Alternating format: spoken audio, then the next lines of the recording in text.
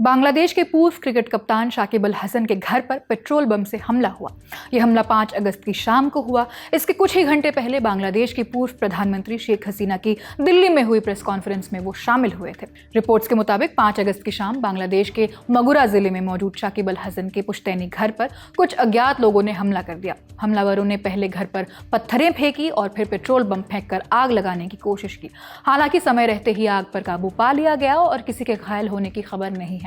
Police ने मामला दर्ज कर लिया है और अब जांच भी शुरू हो चुकी है। 5 अगस्त को नई दिल्ली में शेख हसीना का एक वर्चुअल प्रेस कॉन्फ्रेंस हुआ था, जिसमें उन्होंने अपनी पार्टी आवामी लीग से बैन हटाने की मांग की और कहा कि उनका दिसंबर तक बांग्लादेश लौटने का इरादा है। इसमें शाकिब अल हसन ने भी वर्चुअली हिस्सा लिया था।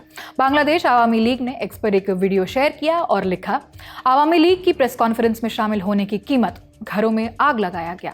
बांग्लादेश नियो फैशिज्म यानी नवफासिवाद की चपेट में आ चुका है। बांग्लादेश में आवामी लीग की प्रेस कॉन्फ्रेंस में शामिल होने के कुछ घंटों बाद ही मशहूर क्रिकेटर शाकिब अल हसन के घर पर पेट्रोल बम के हमले किए गए। इससे पहले बीएनपी, जमात इस्लामी और एनसीपी ने मीडिया संस्थानों को प्रेस कॉन्फ्रेंस की खबर दिखाने पर कानूनी कार्रवाई की चेतावनी दी थी। इस हमले को आवामी लीग समर्थकों के खिलाफ बढ़ती हिंसा और राजनीतिक तनाव का एक एग्जाम्पल के तौर पर देखा जा रहा है। शाकिब अल हसन क्रिकेटर होने के साथ साथ पॉलिटिक्स में भी एक्टिव रहे हैं।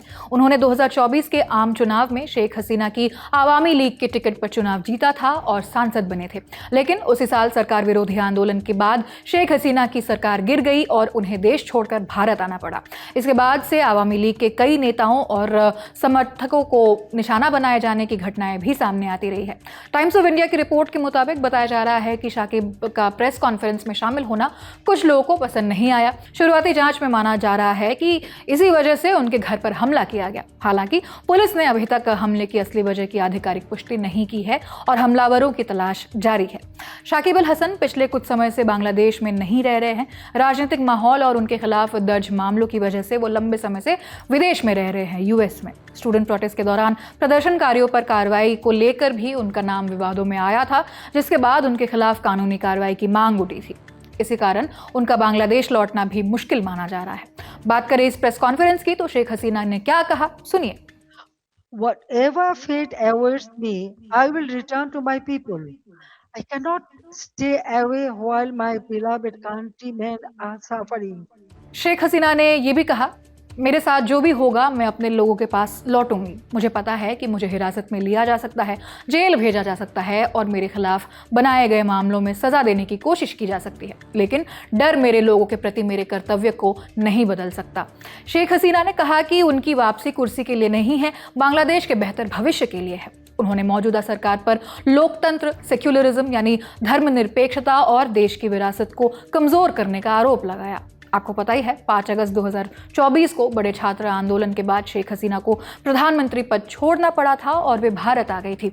तब से वे दिल्ली में ही रह रही है, एक सीक्रेट लोकेशन में।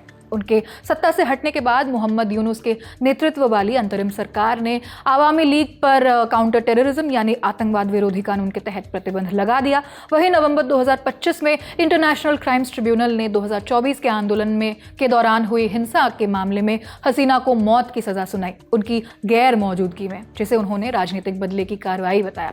बांग्लादेश लगातार उनके एक्स्ट्राडिशन यानी प्रत्यर्पण की मांग कर रहा है, जबकि भारत का कहना है कि मामला लीगल प्रोसेस के तहत ही कंसिडर किया जाना है।